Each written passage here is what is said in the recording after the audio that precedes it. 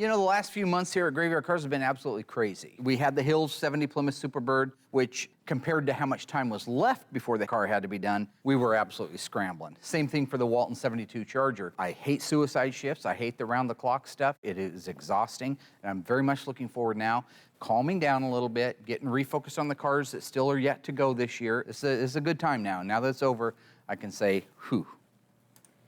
The least you... Hi, Mark. I'm Kristen Headley. I am Joe and Carol Headley's daughter-in-law. Good to see you. You have a minute? Oh, yeah. The little 30 Chev's been here for quite a while. It's been over a couple of years since it was dropped off. And unfortunately, as I've mentioned before, that the family patriarch, Joe, passed away during the process of the restoration. While we're getting really close on the 30 Chev, Derek's still got a ton of things left to do to it. We still have the wheels and tires to install. We still have to finish the running boards, modify the shift linkage for it, button up some things on the interior. There's a ton of detailing to do, so there's still a lot to do on that car. I do have a huge favor to ask you with the 30 coming along. Yep. We have a family wedding towards the end of this week. It's Joe and Carol's oldest grandson, my nephew. And Carol and Joe pretty much raised Daniel from the time he was a newborn. Oh, really? So really tight with his grandma and grandpa. You see where I'm going with this? You know, this is classic Graveyard Carz. As soon as you get the breath, as soon as you get just a chance to breathe, here comes the next mission, the next hurdle. Is there any way we can surprise the family? What, gosh. Today's the 2nd. This week? Yeah. And what day? The 6th. I love my clients. They need to have the car done. I don't want to disappoint them. But those employees that work for me while I give them a ration of crap, those are my children, all right? Their health and their safety and their peace of mind is a lot more important to me than a client's car. Okay, you got it. Yes! The fact of the matter is I have an obligation. And if that passion means having to chuck a couple of kids under the bus, it's unfortunate for the kids, but it gets the job done. No matter what, just like Batman would with Mr. Freeze, just like Superman does when he goes out after the bad guy. To save Lois Lane, you might have to kill a few innocent people along the way, but the bottom line is you're flying away at the end with your cape in the wind, all right? I have every intention of having my cape in the wind at that wedding. Yeah, I'm ecstatic, and I'm just very appreciative that it's able to come together. And it's a big request I asked on a very short timeline. So I'm feeling very blessed. You got it. You've just made my day. In a perfect world, it's 2 days worth of work, but there's Murphy's Law, and there's a few little things we haven't done yet. So we just finished pulling a bunch of suicide shifts, so. You know, I kind of chose Derek to take this car on back in the day because he loves street rods. He did a lot more street rod stuff, chopping, channeling, lowering, and doing all that stuff than he ever did Mopars when he came to work for me. He just happens to be phenomenal anything he does. So this was a perfect fit for him. So as usual, Mark's trying to kill me with these ridiculous deadlines. I'm sure the other guys will be here on occasion to help out, but in all honesty, it'll be me. I'll probably be the one down here half the night doing it myself. Thing is with Derek is he does have a right to complain to a certain degree. I mean, there is a lot going on. He is my main go-to guy, but at the same token, he did volunteer to do it, all right? So welcome to my shoes. I mean, that's what I have to go through all the time. When you save the world, you have to save every part of the world. You don't get to save little bits and pieces of it as you go along. The first main thing that I have to deal with is making the shift linkage. We put a different steering column in it. Went from a non-tilt to a tilt. It's all aftermarket. And now we have to figure out all our linkage because unfortunately, it's not going to bolt in and just work. So we just have to deal with the rod because up here we're in park. We have to make sure when this all flows smoothly so you can go through your gears with nothing in a bind. And with all the stuff we have to do, Mark promised this thing to be done in 3 days. Realistically, I would have liked to have a week minimum. Part-wise, we pretty much should have everything here. Finish the wiring, a lot of detail work, still have bumpers to put on, running boards to finish. I know I have shift linkage to finish or make. So yes, a week would have been really nice. 3 days? 3 days is gonna be 3 long days. So anyway, what I got going on at this moment in time is going to remove all the steering arms and U-joints. Okay, on this column, they made these, since it's aftermarket, it's for, you know, your custom street rods, whatever. It's bolted on, it uses 4 of the holes. When you move your shift lever, It's on the column. This is attached to a rod that has to come down, works off this for your park, reverse, neutral, drive. I'm gonna have to take all this stuff out to get in here to change this arm on the bottom of the column. And fortunately, it's actually coming apart nice. Okay, this is the one that was on there. The longer arm will lengthen the throw of the rod, which should eliminate part of our binding problem that we're having. Okay, for now, we're going to see how our custom-made ship linkage works. Piece of round rod and a bolt, as you can see. Custom made, got to make her work. No OE application for this. Okay, so we're in park, reverse, neutral, drive, second, and low. Sweet, it was almost too easy. Off to the next. When it comes to re-inspections, I always take them just as seriously as I did when I made the offer to the client to fix their car. If I told them, hey, I'm gonna make your car whole again, I'm gonna make it like new, then that has to be the same mentality throughout the entire process. In the case of Garth's 70 Challenger RT 6-pack car, I have to make sure that every weld that the factory put in it is back in it. And if there's more, so what? That's great. Nobody got hurt by that. And so making sure that the car is safe relative to the way the car was built and the way that it'll function when it's done, it's a pretty serious responsibility, and I take it very seriously. Now I'm going along, and I'm taking this thing, which is a really thin piece of metal, and I'm going between the two panels, and I'm making sure we got good welds. I got a weld here, and that's the next weld. That's maybe 3 inches at the most. I don't think it hurts to add one. So I'm just gonna put a spot right there, that'll remind me. This is where the frame rail meets the rear floor pan, so there needs to be a weld right there. That'll remind me to go back. I go through. This is hard to get into, but I can see spot weld, plug weld, plug weld, plug weld, plug weld, plug weld, plug weld, every 2 inches on center. Get up into here, there should be a little gap. These don't always fit perfect, but there you can see there's my 2-inch gap between welds. Solid, solid. Can't even get the fork in there, okay?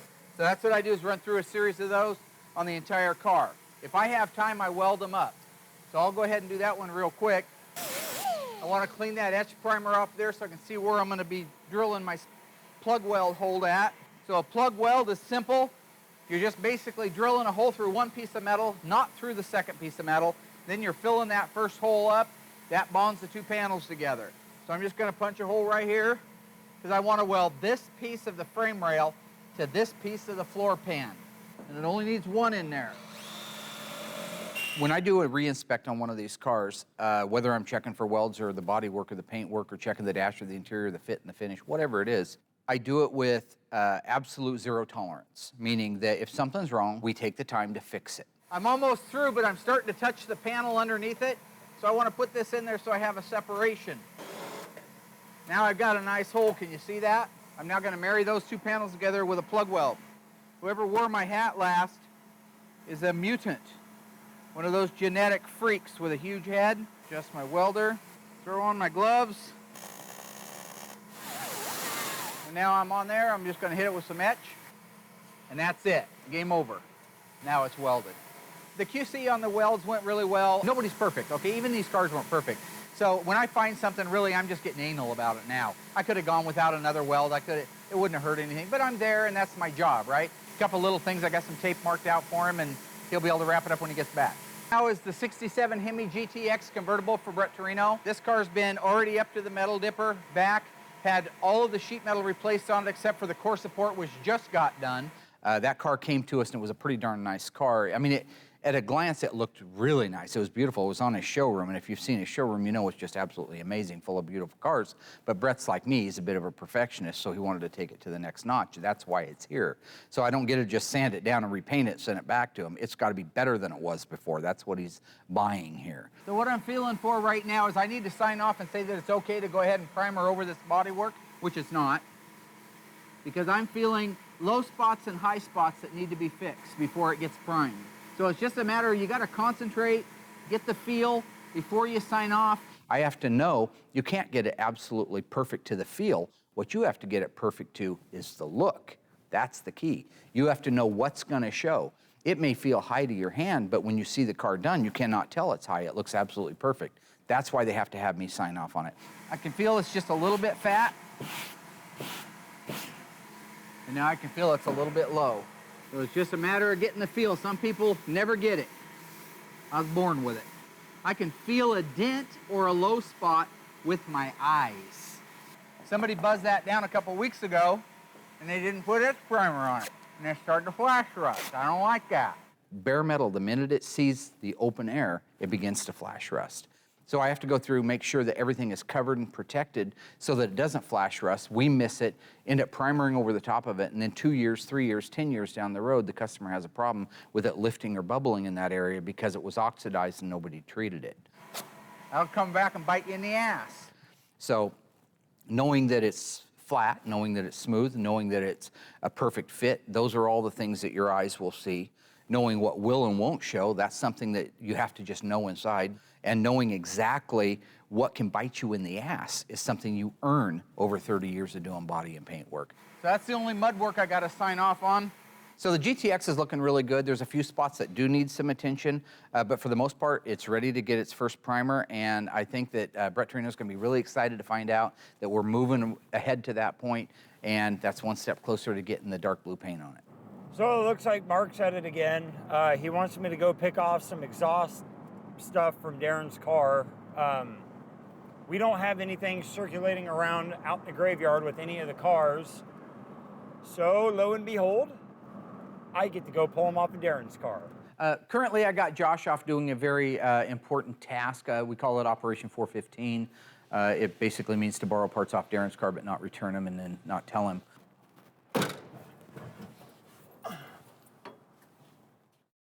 So you guys see me walk around this place talking about panels being flat on a car.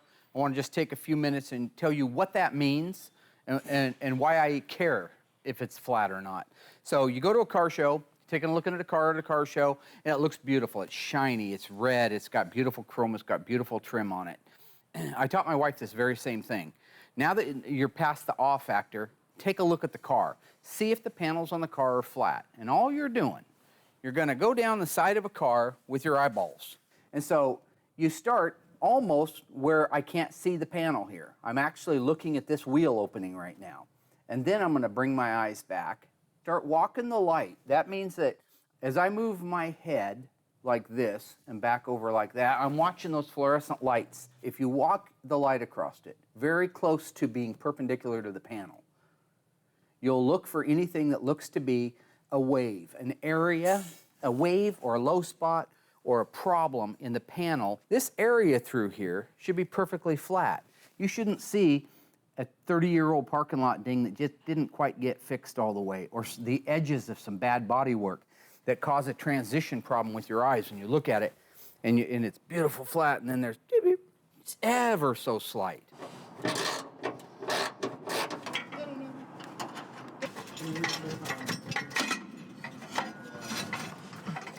So there's a bracket that's welded onto Darren's car. I don't know exactly if that bracket already exists on the car that I'm taking all the parts off of Darren's car for.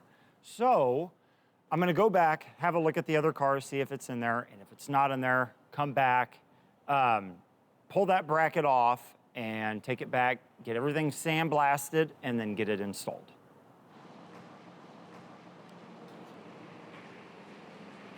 When you're block sanding something, it has to be cross-sanded, okay? If I come up to this thing and I go, that's going to allow this board to follow whatever's on this panel. So if you were to stand up on the roof and look down it, it would go like that. You're gonna want to start here in the upper corner, any corner you want, pick a corner, any corner. You wanna start over here, you lefty, you wanna start down here, I don't care where you start. But your job is to drag it up to there. Then the crosshatch is coming back the other direction. You see the X I've made? This pattern of cross sanding picks up whatever low spots evenly both directions. If you sand one direction, you can end up with a low spot. If you go this way and then come back and clean it up that way, there's no way in the middle of that panel you can have a low spot. So this is called block sanding. I want to blow this off so it's clean, spray it with some wax and grease remover, which is like pouring shellac over it, except that it just evaporates into the air and it doesn't hurt the paint and the primer. You got to get it good and wet, and now I can walk the light across it.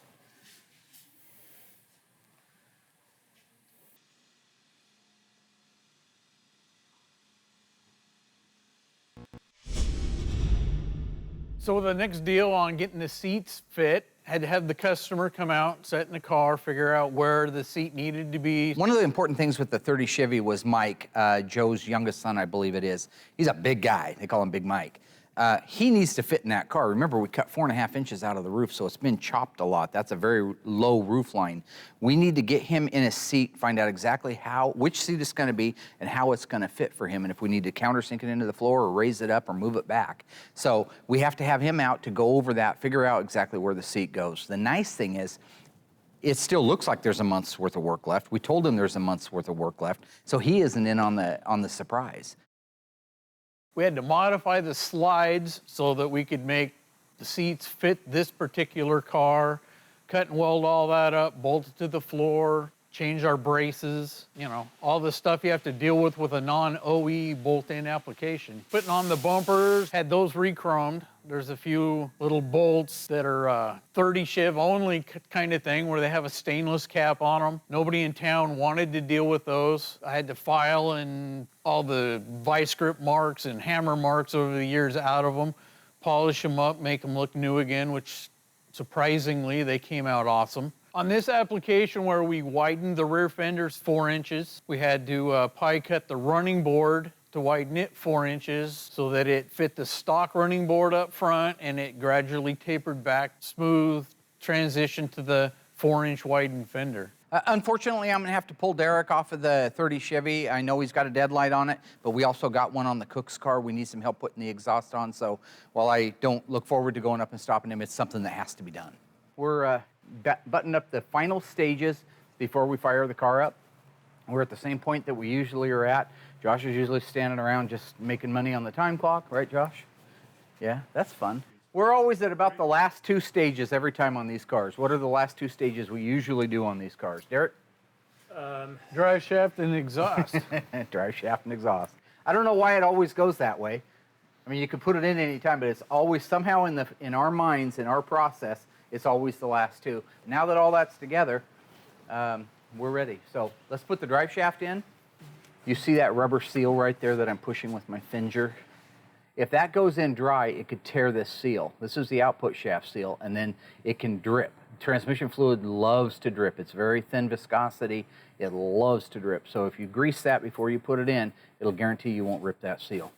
Let's nail it in there, buddy.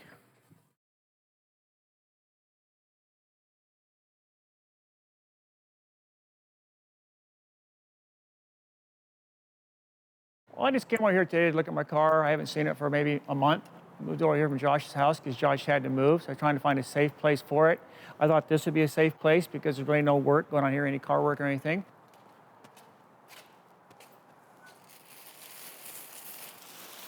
Okay, looks like my brand new carburetor is still there. Yep, brand new 850 dual feed double pumper Holly. Give it lots of gas, so it's got lots to go. One exhaust manifold is here. I know the other one is gone. Yeah, the manifold got taken off. I told Mark he could take it, but also he said to have a new one on it in 2 weeks. Well, it's been 2 months. No manifold, as usual. And Mark's lips move, he's lying. We like to put a little bit of product on there that locks the threads so they can't back off. That's what that product was. So once they're tightened down, that stuff will set up and it'll make sure those bolts don't vibrate loose, even though they do have lock washers on them. That's a nice fit. That's a nice fit. I just like to be careful. These break really easy. They're a 1/4 inch by 20 fine thread. And so if you over torque them, you'll break them. But right there, I'm done. I feel okay. I would like to invite you to have sex with yourself because you just bashed my effing head in. God, you really hurt him, dude. You better be careful. Well, why don't screw you? You're the guy that screams at inanimate objects all the time. Damn Jeep, screw you Jeep, you and I are done. Throwing those wild ass knees at it. It's a car, it doesn't have any feelings. Yeah, you can look at me with your bug-eyed wrinkled face, you crazy looking terrorist bearded son of a bitch. You know, for me right now, Graveyard Carz has just become such a fun place. I'm a true diehard Mopar lover, and part of my goal when I started Graveyard Carz was not just to restore the cars that first started coming in, the Hemis and the 6-packs and the convertibles and the RTs and the TAs and all these rare high-dollar cars, but now we're at a point that we've proven ourselves, we've proven to be affordable, number one, that you can still send a car out like this little 68 green Charger and come out on top at the end. This car was bought brand new in 1968. The guy who had it got it repossessed. When it went up for repossession in 1969, the current owner today that brought me the car is the one that was the high bidder and won it at the auction. This car is cool. It's green, GG1, which is Royal's favorite color because that's the color of his Poop Box 67 Coronet RT. It's just an unassuming 383 4-barrel HP air conditioning car, but a nice car, a solid car. When you look at the paint on it, even though it's had a paint job, it was done fairly right back in the day. Look at the interior, most of it being original, looks absolutely amazing. Borderline survivor in some cases. What a great project to start with that guarantees me and the owner that the finished product is going to be that much better. The less time we have to spend fixing rust panels, damaged panels, quarter panels that have been caved up to the back window, all of these things, that I can focus my attention instead of undoing those on making it the best chrome bumper, the best dash, the best instrument panel, the best seat frames, the best interior, the best assembly. That's the thing I am enjoying the very most.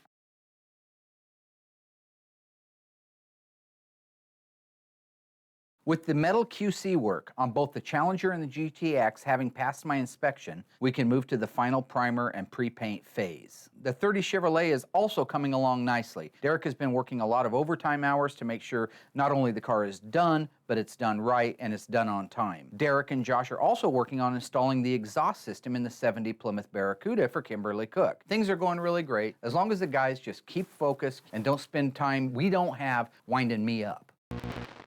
Okay, we got the drive shaft in, the linkage is hooked up, we're in park right now. The only thing we have left underneath here is the very last step before we fire the engine up. That is to install our brand new accurate exhaust system, which is over here. Let's do it. You have one, start cutting the plastic off of them. Well, I just came out here today to look at my car. I haven't seen it for maybe a month. She took my motor mounts, she took my pulleys, my belts, my hoses, my lower control arms, my bell housing, my clutch and pressure plate, cat food. Mark's been over here eating snacks again. So I just came over today, looked at my car, all looked pretty good, until I got to the back. Mark! Darren thinks you stole the hangers off his car. What? My exhaust has been taken and left just hanging on the ground. Look at that. They just bend everything up and twist it all around. Look at that. Just a bunch of animals. And animals been loose on my car. Was it Josh or was it Mark? If it was Josh, he did it for Mark. Mark is taking my muffler and some parts off the back end of my car. So my exhaust system. And they just left it hanging on the ground, laying on the ground and hanging off the car, bending things up and everything. That's real nice. That's what you do to your best friends, you know what I mean? No, that's not how you do stuff. Kimberly a call right now telling them I got stolen parts in their car and I want them back. I just get my parts back off the car. They ain't taking no maiden voyage ride. If you remember when we first brought this car in, it's 383 two-barrel, it's an L code. It was a single exhaust car. But Kimberly wanted to add a couple of features, and they are the coolest features that you could get on a CUDA. She had a flat hood on it, and she opted to go with the Raisin Brand dual scoop hood, so we put that on there. And she wanted the dual exhaust with the bright tips, and that's what we're doing now. She had single on it, and it was coded for single because you could not get a 383 two-barrel with dual exhaust. It came with single exhaust. A 1970 383 two-barrel engine still uses the same manifolds a 383 HP four-barrel would use. So there's nothing trick or modified. I talked to Tom down at Accurate Exhaust. He goes, no, it's the exact same. If this was a 383 CUDA like Mark and Elena's, this would be the system it would get. This gets a head pipe, a resonator, a tailpipe, a muffler, and that's what we're doing now.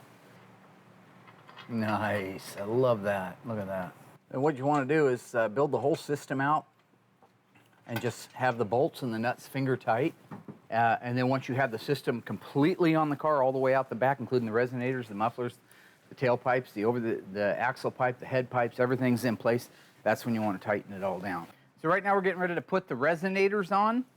And what I like about Tom, because he's now licensed by, well, I think he's always been licensed by Chrysler, but he just recently got where he could put the Pentastar, the A to 69, and the part number on there. So it doesn't get any cooler than that. If you're looking underneath the car, that tells you that that is as close to an original resonator as you could get. Oh, that looks good. Okay, so we can put the hanger on that one probably. Joshua Yoshinobu Takagi. Hey Josh, where'd you get those hangers at, buddy? Oh, Where did those good-looking hangers yeah, come these from? great-looking hangers. I do as I'm told, and you know, obviously, if Mark says that I don't, he made me go and take these off of Darren's car. Well, what it is the manufacturer that Tom uses that makes these hangers, they're plant burned down, so he doesn't have any of these. We didn't have any good used ones, and then I got to thinking, Darren's car had them on because Tom gave him the exhaust system for his car. So we just went over and got these off of his car, which I'm sure he'll be fine with it. So right now we got to let the car down. Being this car was a 3-3 two-barrel single exhaust, I had forgotten there's a couple of provisions that need to go into the body to be able to accept the dual exhaust. It did come with the kit, but I forgot I should have put them in before we raised the car up. This needs to go down through the floor of the trunk. If you look over here at this tawny gold car, a factory dual exhaust, because this is a V-code 1971 446 pack 4-speed Dana Super Track pack car. This provision right here is the one that there's going to be a recess up there for it, but these holes won't be there because it never needed them with a 383 two-barrel. So we're going to make those holes, and if you see what this does, it'll go down through those openings. Then there's a set screw right there. That allows you from the bottom to be able to put the hanger on it up into place, put the nuts on it, and then be able to hang the actual muffler onto that.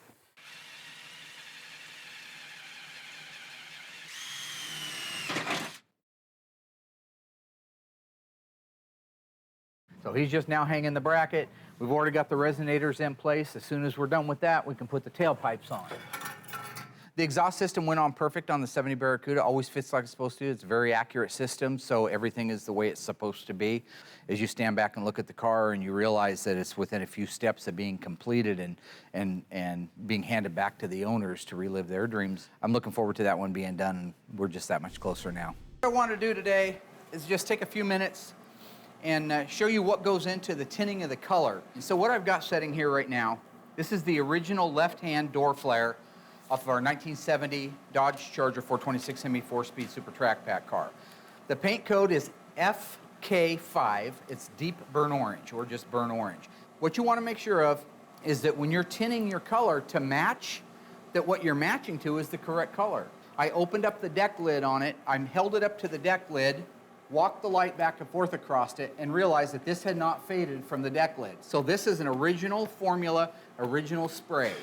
This is the closest match that PPG came up with to the factory FK5 burnt orange. Having looked at FK5 my entire life, I can tell you that it's going to be a little bit light. But I'm going to spray this out because I need to determine a couple of things. Number one, how many coats does it take to cover? After that, I need to figure out what I have to do to the color to make it match. So now I'm going to start putting the coats on the actual card itself to see how many coats it takes to hide.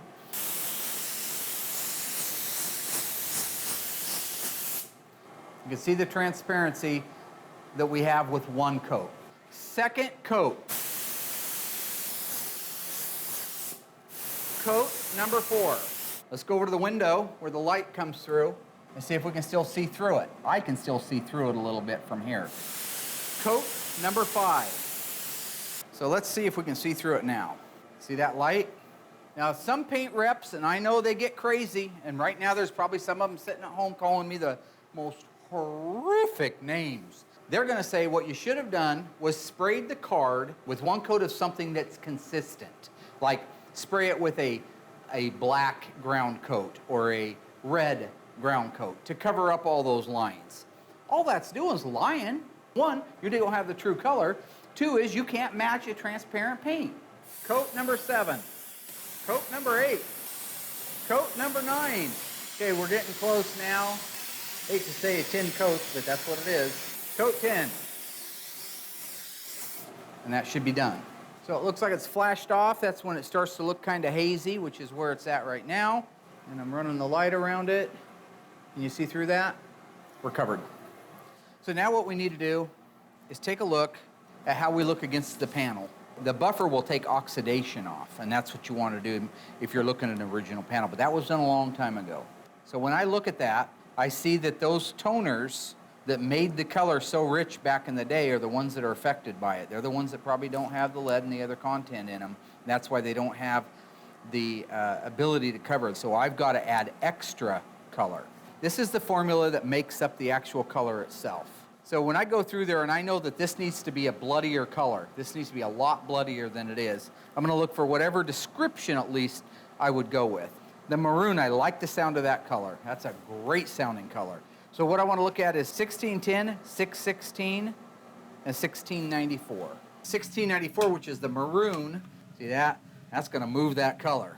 And then the last one I want to look at is the 1610, which also could move the color. Oh yeah, it's even darker. So we have our colors. Now let's see how much was in the toner. 1610 had 466 units and the maroon had 324. So it called for quite a bit of these. So I'm going to feel pretty comfortable putting both of these in, a little bit more of both of these colors. So I'm going to dump some in there. You just got to know your toners. Some of these are a little stronger than others. I'm liking the looks of that. Let's see what our new color looks like now. I'm going to cover an area of it, start spraying the new color on there. By now our color ought to be dry. So you can see where we started at. This is that lighter color, more of an orange, a lighter orange color. This is more of that russet or rusty look like the burnt orange is supposed to be. And it's pretty darn close. That's amazing how far those toners can take a color like that. But I've got, this product here is just wax and grease remover. This emulates what this color will look like with clear coat on it. It'll also pop the colors like it's supposed to. So when I hold it like that and I look into it, the only thing I see is a couple more dabs of the colors I was working with. So I'm real happy. That's a first tint. Figure out what you need. Look into the color from what you had before. When we started here, we had a bright orange. We were going to a russet. We knew we needed some maroon and some more dark orange. And that's why we're sitting right there where we're at right now. So what I'll do now is I'll go in and I'll start mixing up the rest of the gallons, adding the tint and the toners that I need to be able to bring them around to that. Then I'll pour the 3 of them together, and we'll have 3 gallons that'll reduce to 6 gallons of sprayable with reducer of original FK5 burnt orange.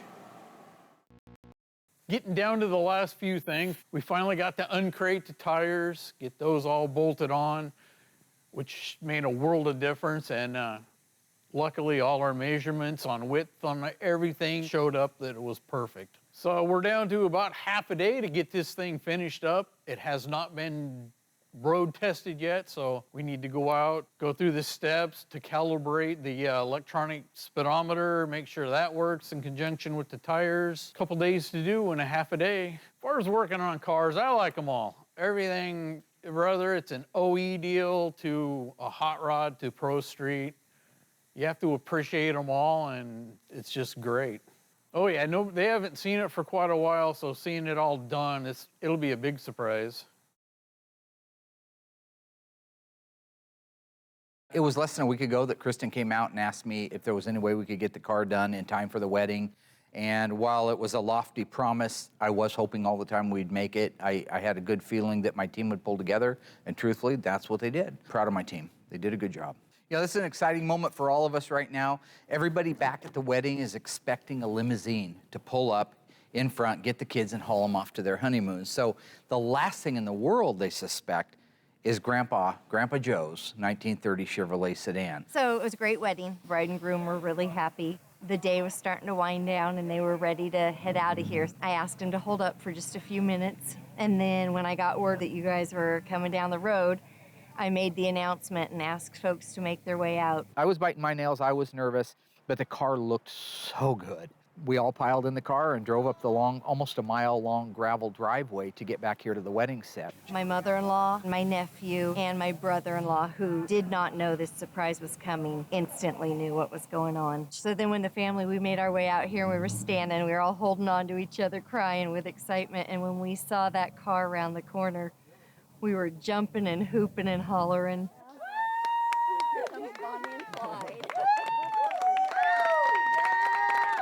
Pulled up and they were just, half the people fell apart, the other half was cheering. I mean, it's almost like a sporting event. They stole your thing, they stole the sign.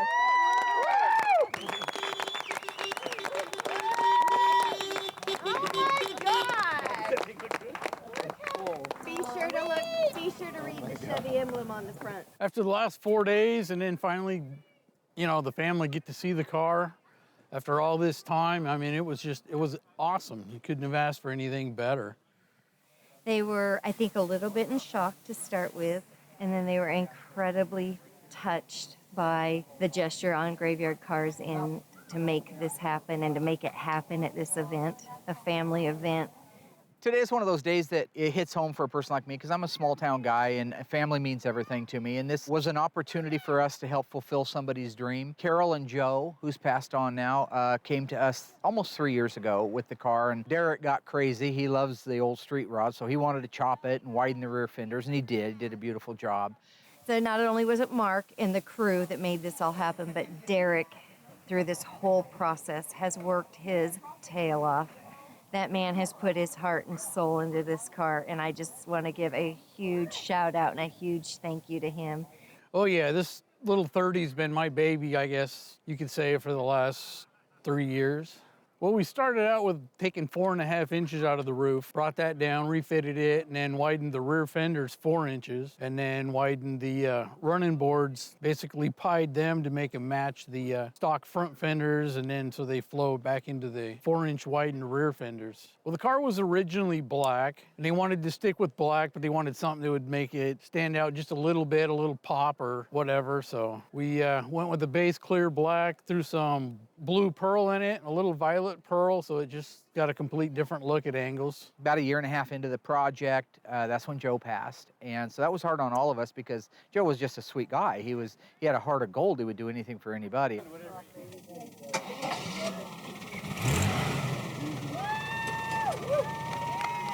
Just like with Kimberly Cooks and just like with the Waltons and just like with the Hills and just like Driscoll and the hundreds of other clients and customers that we've worked on over the years, all I am in my mind is a vessel to put the cars back together. But in their mind, I'm a hero because I just reunited them. In this particular case, driving down that driveway with Joe's 1930 Chevrolet done, surprising everybody, was as close to Joe being here. And I felt that very sense. And so many hugs and so many handshakes and so many tears, and I well up, and that's cool. I'm not ashamed of it. It's all right. This is why I do what I do.